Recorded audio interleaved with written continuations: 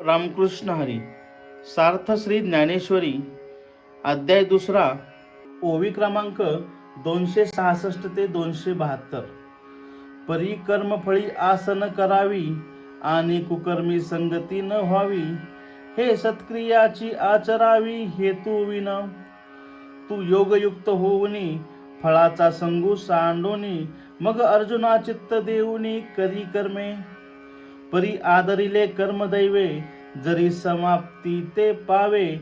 तरी विशेषे तेथ तोषावे हेही नको. की निमित्ते कोण ऐके ते सिद्धी न वचतांची ठाके. तरी तेथेंचिनी अपरितोखे शोभावेना. आचरता सिद्धी गेले तरी काजाची कीर आले. परी ठेलियाही सगुण जहाले ऐसेची मानी.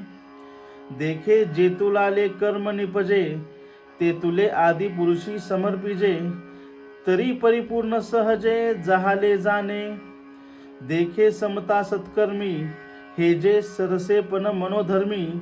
तेची योगस्थिती उत्तमी प्रशंसीजे. अर्थ, तू कर्मफळाची इच्छा मनात धरू नये. वाईट कर्मांची संगती करू नये. फळाची इच्छा न ठेवता सत्कर्म करत राहावे. अर्जुना, तू समतारूपी योगाने युक्त हो. फळाच्या आसक्तीचा त्याग कर आणि चित्त एकाग्र करून कर्मे कर. परंतु दैवयोगाने तू आरंभलेले काम पूर्ण झाले तरी त्याचा तू विशेष संतोष मानू नकोस. किंवा कोणत्याही कारणाने तू आरंभलेले कर्म सिद्धीस गेले नाही, अर्धवट राहिले तरी देखील तू असंतोष मानू नकोस व मनाला त्रास करून घेऊ नकोस. कर्म सिद्धीस गेले तर खरोखर आपले काम झाले आणि जरी ते अपूर्ण राहिले तरी ते सफल झाले असे समजावे.